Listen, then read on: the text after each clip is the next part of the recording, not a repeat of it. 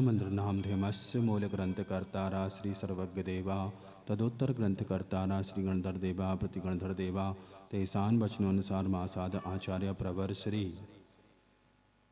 कुमुदचंद्र देवेर विजतम मंगलम भगवान वीरो मंगलम गौतमो गणी मंगलम कुंद कुंदाद्यो जैनधर्मोस्तु मंगलम सर्वमंगलमांग्यालम सर्वकल्याणकारकम प्रधानम सर्वधर्माणां जैनम जयतु शासनम कोटिशतं द्वादश्चैव कोट्यो लक्षाणशीतस्तदिकानि चैव पञ्चाष्टदष्टौ च सहस्रसङ्ख्यामेतच्छुतं पञ्चपदं नमामि अरिहन्त महासियत्तं गणहरदेवेः गन्थियं सम्मं प्रणमामि भक्तजुत्तो सुदृणान्महोबहिं शीर्षा इच्छामि हन्ते श्रुतभक्तिकावश्यको को तस्सालोचो अंगोभंगपाहिण्यपाहुण्यपन्यम सुतप्रणमाणि औपभोगचोनियाच्चैव सुतत्थैतुइथम्मकाह्यं शयाणिच्छकालम् अंचेमी पूजेमी वंदामी नमस्वामी दुख खो कम्मखो बोहि लाहो सुखी गमनम समाहि वर्णम जिनगुण संपत्ति हो मध्यम नमोस्तु पौराणिक स्वाध्याय विलम स्मदाचार भक्ति काय सर करोम्यम।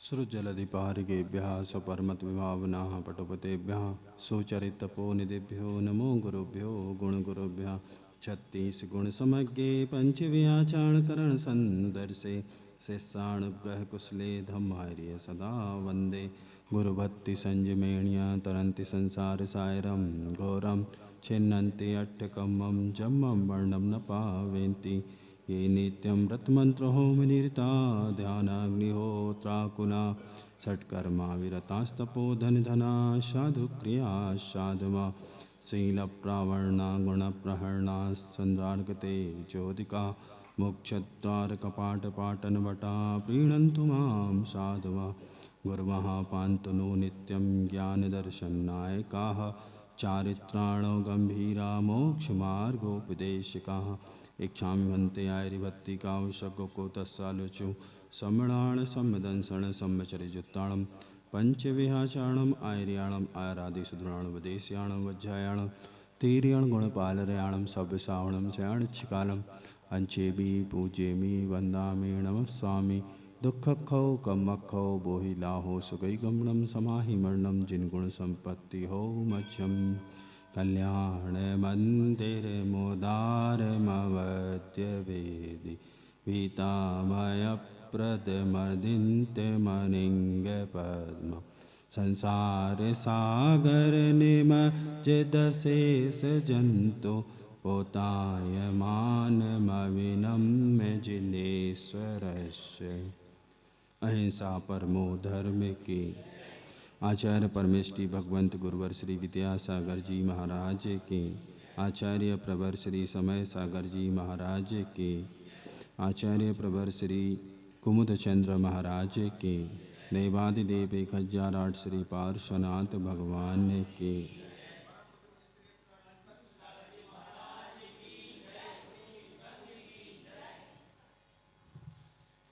चर्चा प्रभु के वैभव पर चल रही थी। भगवान पार्श्वनाथ स्वामी को केंद्र में रख कर के कुमुदचंद्र स्वामी महाराज ने उनकी भक्ति परायण आराधना इस स्तोत्र के माध्यम से की। भगवान की भक्ति भक्तों के हृदय को आह्लादित करने वाली होती है। भगवान भगवान होते हैं, भक्त भक्त होते हैं। भगवान कभी नहीं चाहते कि आप हमारी भक्ति करें, आराधना करें, पूजा करें, गुणगान करें। उनको इस सब से कोई प्रयोजन नहीं। वह तो भगवत आत्मा अपने आन में लीन हो गई। हम सब स्वार्थी लोग हैं, अपना स्वार्थ सिद्ध करना चाहते हैं, इसलिए हम उन आदर्श महान आत्माओं को सामने रख कर के, उनका आलंबन लेकर के, उनके गुणों का गुणानुराग करके, गुणानुवाद करके अपने आप को थोड़ा सा ऊपर उठाना चाहते हैं, व्यवस्थित करना चाहते हैं। भगवान भगवान होते हैं, भक्त भक्त होते हैं। भक्त की भक्ति अपनी जगह है, आपको भक्ति कैसा करना है ये आपके ऊपर है। भक्ति के अनेक स्वरूप हैं, आप जैसी चाहें वैसी कर सकते हैं। बहुत सी जगह बहुत से प्रचलन है और अपने अपने हिसाब से सब लोग भक्ति करते हैं। भक्ति का मूल उद्देश्य क्या होना चाहिए, भक्ति के पीछे आपका भाव क्या है, ये बहुत महत्वपूर्ण होता है। आप चाहो तो उनकी अच्छी सुंदर द्रव्यों से पूजा करो, आप उनके गुणों का गुणगान करो, जो गुण हैं उनका करो। भक्ति के अतिरेक में जो गुण नहीं हैं, ऐसे भी गुणों का गुणगान आप कर सकते हैं, करते हैं। या आप उनकी आलोचना करो, या आप उनकी निंदा करो, या आप उनकी झाड़ू से पूजा करो, लट्ठ से पूजा करो, उनको कोई प्रयोजन नहीं। वह हर परिस्थिति में साम्य भाव से सहत हैं। देव देव होते हैं, प्रभु प्रभु होते हैं, भगवन भगवन होते हैं। भगवान को इस बात से कोई प्रयोजन नहीं है कि आप हमारी कैसे पूजा कर रहे हैं। भक्त अपनी भक्ति प्रदर्शित करता है। भक्ति प्रदर्शित करने के लिए एक आलंबन की आवश्यकता होती है। आलंबन किसका लें, किसके माध्यम से हम धर्म ध्यान की ओर आएं। जो जागरूक श्रावक होता है, जो आत्महितैषी होता है, जो आत्म उत्थान का थोड़ा बहुत चिंतन मनन करता है, तो वह रास्ता ढूंढता है कि किस रास्ते से जाकर के मैं अपने आप को प्राप्त कर पाऊंगा। सबकी यात्रा स्व से स्व की ओर है। बाहर कुछ नहीं है, जो कुछ है वो मुझ में है। बाहर तो सब जो है तो वो संसार का रंग मंच है, और उस संसार के रंग मंच पर जो भी सब, जैसे आप लोग चलचित्र देखते हैं ना टीवी आदि पर, तो उसमें जो दिखता है वो होता नहीं है, और जो होता है वो दिखता नहीं है। हाँ, ऐसे ही आप लोग सत्संग में आकर बैठते तो हैं, लेकिन दुर्लभ लोगों के अंदर में सत्संग बैठता है। सत्संग में बैठना अलग बात है, और सत्संग अंतरंग में बैठ जाए ये अलग बात है। आचार्य महाराज ने बहुत सुंदर सूत्र लिखा है, भले दूर हूँ, भले दूर हूँ, निकट भेज देता अपनापन। भले दूर हूँ, निकट भेज देता अपनापन। क्या है ये अपनापन, क्या है उनकी भावना इस सूत्र में? हुआ ये कि उनके माध्यम से इस भारतवर्ष में अनेक प्रकल्प प्रारंभ किए गए, और उन प्रकल्पों में एक प्रकल्प ऐसा भी था, उनकी नज़रिया, उनका दृष्टिकोण बहुत ही दूर तक देखने वाला था। जहाँ तक हम नहीं सोच पाते, जहाँ तक हम नहीं देख पाते, वहाँ तक वो देखते थे, वो सोचते थे, वो चिंतन करते थे। आप लोग तो स्वार्थी हैं, अपना सोचते हैं, ज़्यादा से ज़्यादा अपने परिवार का सोचते हैं, लेकिन वो प्राणी मात्र के लिए चिंतन मनन करते थे, सोचते थे।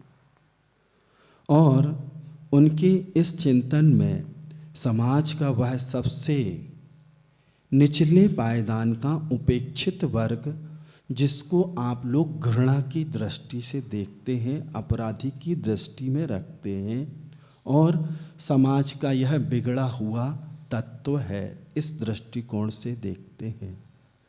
उन्होंने कर्म के उदय में अपने जीवन में कुछ ऐसे कार्य कर लिए जिसके कारण उनको सुधार गृह में जाना पड़ा, जिसे आप जेल के रूप में जानते हैं।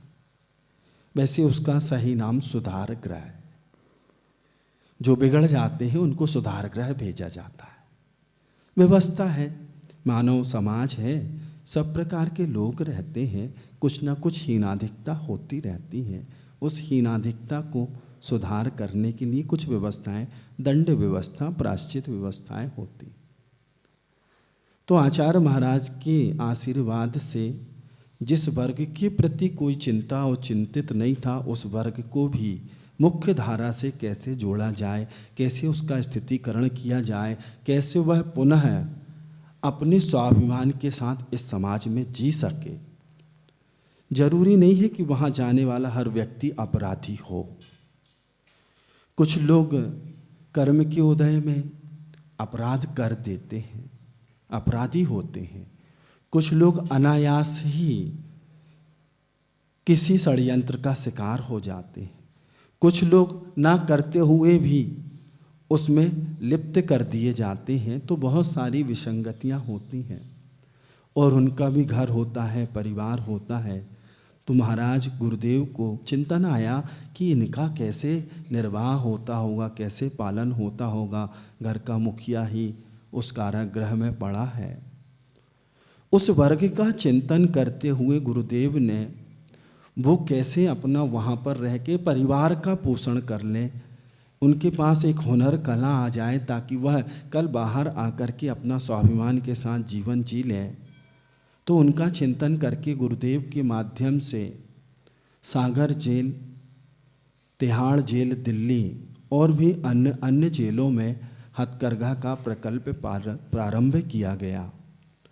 और वहाँ पर कार्य करने के पूर्व जो संस्थाएं, बहनें उसमें सहयोग दे रही हैं, वह जो कैदी भाई होते हैं, बंदी भाई होते हैं, उनको जब उस प्रकल्प से जोड़ा जाता है तो पहला संकल्प दिलाया जाता है कि आपको 7 व्यसन से अब दूर रहना है। सुधार गृह नाम है। सुधार कैसे होता है, कैसे उसको मुख्य धारा में लाना है। गुरुदेव ने मूक माटी में लिखा, हम कई बार बोल चुके, पाप से घृणा करो, पापी से नहीं।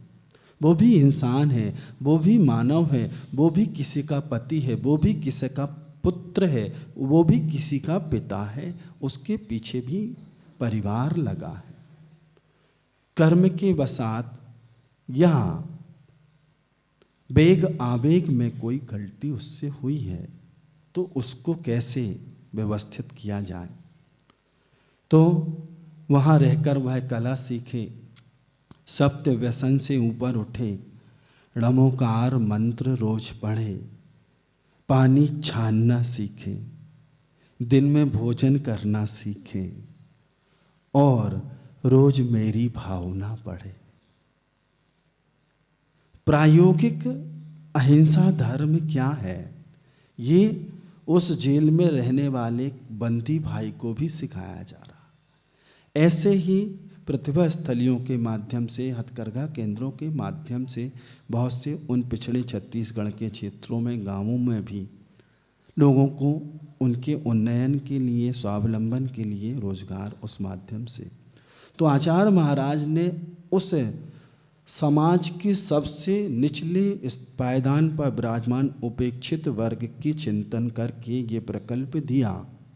और जब उस प्रकल्प से वो लोग जुड़े, और जब उन्होंने आचार्य विद्यासागर महाराज को जाना, जेल में रह के जाना कि ये भी कोई व्यक्तित्व है, ये भी कोई महान विभूति है जिसने वहाँ बैठे बैठे हमारे हित की चिंता की। नेता नहीं कर रहे, अधिकारी नहीं कर रहे, जिनका दायित्व है वो नहीं सोच रहे, लेकिन एक महामना हमारे लिए भी सोच रहा। जब यह प्रतिदिन क्रम चलता था तिहाड़ जेल में, तो जो बहनें वहाँ पर कार्यरत थी, कार्य कराती थी, उन्होंने, बहनों ने जब गुरुदेव के बारे में बताया, उनका चित्र उस हथकरघा स्थल में जहाँ कार्यशाला है लगाया गया, उनके सामने खड़े होकर रोज मेरी भावना की प्रार्थना होती, नमोकार मंत्र होता है, तो उसके बाद कार्य प्रारंभ होता। तो ये रोज रोज के क्रम में एक दिन एक बंदी भाई ने एक बहन से बोला कि दीदी, ये जो बाबा जी हैं, इनने हमारे लिए इतना सोचा, ये कितने महान हैं, और आपने बताया कि ये दिगंबर रहते हैं, 24 घंटे में एक बार भोजन करते हैं, जीवन भर से पैदल चल रहे हैं, बहुत बड़ी बड़ी तप और साधना करते हैं, तो क्या हमें इनके दर्शन नहीं मिलेंगे? क्या ये कभी यहाँ दिल्ली नहीं आएंगे? क्या मैं इनके पास से दर्शन नहीं कर पाऊँगा? उसकी भावना अंदर से बहुत ज़्यादा प्रबल हुई और उसने अपनी भावना गुरुदेव के और दीदी के सामने रखी। तो दीदी ने कहा, एक काम करो, अभी तो आप यहाँ पर हो, जब आप यहाँ से छूट जाओगे तो वो इधर दिल्ली नहीं आते, वो बुंदेलखंड में रहते, मध्य भारत में रहते हैं, जब छूटोगे तो चले जाना। कहने लगा, नहीं दीदी, हमें तो दर्शन करना है। उसकी इतनी भावनाएं अंदर से उद्वेलित हुई, और उद्वेलित होने के बाद जब वह अपनी भावनाओं को नहीं संभाल पाया, तो दीदी ने कहा, एक काम करो, तुम पत्र लिख दो। तो उसने अपनी भाषा में पत्र लिखा। क्या लिखा होगा उस पत्र में उसने? क्या उसके भाव रहे होंगे? एक बंदी है, कैदी है, अपराधी है आपकी नज़र में, लेकिन उसके अंदर भी एक इंसान है, वो भी मानव समाज का हिस्सा है। उसने बहुत सुंदर शब्दों में अपने पत्र को लिखा,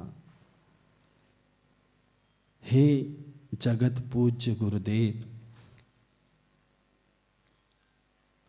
आप भव्य हैं, महामना हैं। आपने हम जैसे निकृष्ट अपराधियों के बारे में भी सोचा, हमारे लिए इतना अच्छा प्रकल्प दिया कि हम स्वावलंबी बन सकें। मेरी प्रतिपल उत्कंठा होती है कि मैं आपके श्री चरणों का दर्शन कर पाऊँ, लेकिन मेरी ये भावना पूर्ण नहीं हो पा रही है। मैं बहुत अंदर से भीगा हुआ हूँ। मैं आपके दर्शन चाहता हूँ, मैं आपकी पूजा करना चाहता हूँ, मैं आपकी भक्ति करना चाहता हूँ, मैं आपकी आराधना में लीन होना चाहता हूँ। कोई तो इस दुनिया में है जो भगवान तुल्य है, और हम जैसे निकृष्ट भक्तों को भी उनने याद किया, हमारे उत्थान की सोची, हमारे कल्याण की सोची। हमारी बहुत तीव्र भावना है कि हम आपके बताए इस पथ पर चलें। मैं यहीं से परोक्ष रूप में आपके श्री चरणों की सौगंध लेता हूँ कि जीवन में अहिंसा व्रत का पालन करूँगा, पानी छान के पीऊँगा, प्राणियों को नहीं सताऊँगा, दिन में भोजन करूँगा। देखो क्या भावना, क्या कल्पना। गुरुदेव यहाँ बैठे हैं, और यहाँ बैठे बैठे पता नहीं कहाँ कहाँ उनके नाम से लोग क्या कर रहे हैं, अहिंसा व्रत से परिचित हो रहे हैं और उसके पालन करने का संकल्प ले रहे हैं। ये गुरुदेव की महिमा है। और जब वह पत्र आया और गुरुजी ने वह पत्र पढ़ा, आप कभी पत्र लिखोगे तो आपका पत्र पढ़ने बड़ी मुश्किल बात है, लेकिन उस बंदी भाई का पत्र पढ़ा, और उस पत्र को जब मंच से पढ़वाया गया, पूरी जनता के सामने पढ़वाया गया, तब गुरुदेव का जब वक्तव्य प्रारंभ हुआ तो उन्होंने सबसे पहला शब्द कहा, भले दूर हूँ, भले दूर हूँ, निकट भेज देता अपनापन। किसके प्रति अपनापन? उस अपराधी के प्रति जिसे आप अपराधी की दृष्टि में देखते हैं। मतलब उस भक्त की भावना की कैसी कद्र की उन्होंने कि देखो वो भले आज कर्म की मार से चपेट से पीड़ित है, बंदी है, लेकिन फिर भी वहाँ से बैठे बैठे भक्ति कर रहा है, भावना भा रहा है, अपने भावों को यहाँ तक प्रेषित कर रहा है। तो उन्होंने भी यहाँ से बैठे बैठे उसको छोटा सा सूत्र के माध्यम से संदेश दिया कि कोई बात नहीं, दूरी शरीर की हो सकती है, स्थान की हो सकती है, भावों की दूरी कभी नहीं होती। तो उन्होंने कहा, भले दूर हो, निकट भेज देता। आपके निकट कौन को भेज दिया? अपनेपन को। मतलब उस बंदी भाई के प्रति भी उनका अपनापन था कि ये भी भव्य आत्मा है, ये भी इंसान है, ये भी मानव है, इसका भी कल्याण हो, इसका भी मार्ग प्रशस्त हो, ये भी आत्मा के कल्याण के मार्ग को प्रशस्त करे। हमारे यहाँ उदाहरण भरे पड़े हैं, जब अंजन जैसा चोर भी निरंजन हो सकता है। कैसे हो सकता है? तो सब सत्संगति का ही महत्व है।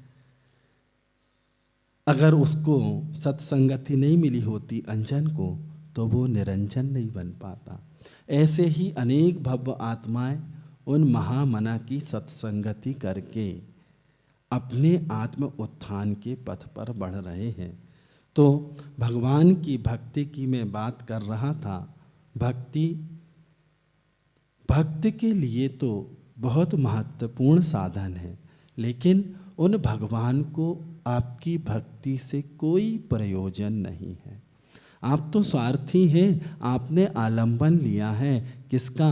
पार्श्व प्रभु का, महावीर प्रभु का, आदि प्रभु का, आदि आदि 24 तीर्थंकर भगवानों का, गुरुओं का, जिनका भी आपने क्यों आलंबन लिया? क्यों? क्योंकि आप अपना हित चाहते हैं। और आदर्श कौन होते हैं? वो होते हैं जो हमसे गुणों में श्रेष्ठ होते हैं, महान होते हैं।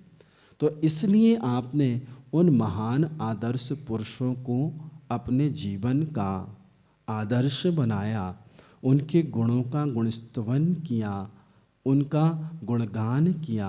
आपकी भक्ति से आपके परिणामों की विशुद्धि बढ़ेगी, जैसे उस कैदी की बढ़ी।